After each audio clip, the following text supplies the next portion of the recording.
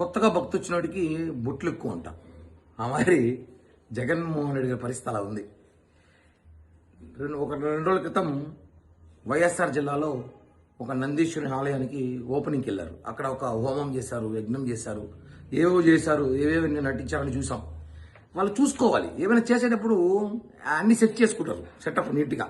ఆ తీర్థం తీసుకున్నట్టు, తీర్థం పోసినట్టు, భక్తి ఉన్నట్టు, ఇవన్నీ బాగుంటుంది. ఇవి మర్చిపోయేదట జగన్ గారు. ఇది చూసారా, మీరు వెళ్ళిన కార్లలో సులువుని వేసుకొని ఏసుక్రీస్తుంది. అంటే మేము ఏ మతాన్ని మేము గురించి మాట్లాడడం లేదు, మీరు చేస్తున్న పనులు ఇవి. ఆ గుళ్ళోకి మీరు వెళ్ళేటప్పుడు తీసిన విజువల్స్, ఇది ఎక్కడో మేము ఎడిట్ చేసింది కాదు, ఏ కాదు, సాక్షి టీవీలో వచ్చిందే, మీ సాక్షి టీవీలో వచ్చింది. ఇవన్నీ మీ కార్లో, మీ వెనకాల వచ్చిన మీ వెనచల కార్లలో కూడా ఇలాంటి సులువులు వేసుకొని, ఒక హిందూ మత దేవాలయమైన నందీశ్వరుని ఆలయంలోకి ఈ సులువులు, ఈ కారంతో మీరు అక్కడికి వెళ్ళి, మళ్ళీ అక్కడికి వెళ్ళి మీరు హోమము, యజ్ఞాలు, సెటప్, తీర్థాలు, ఇవన్నీ ఎందుకు ఇంకా ప్రజలను మోసం చేస్తారు? మేము అదేగా చెప్తున్నాము.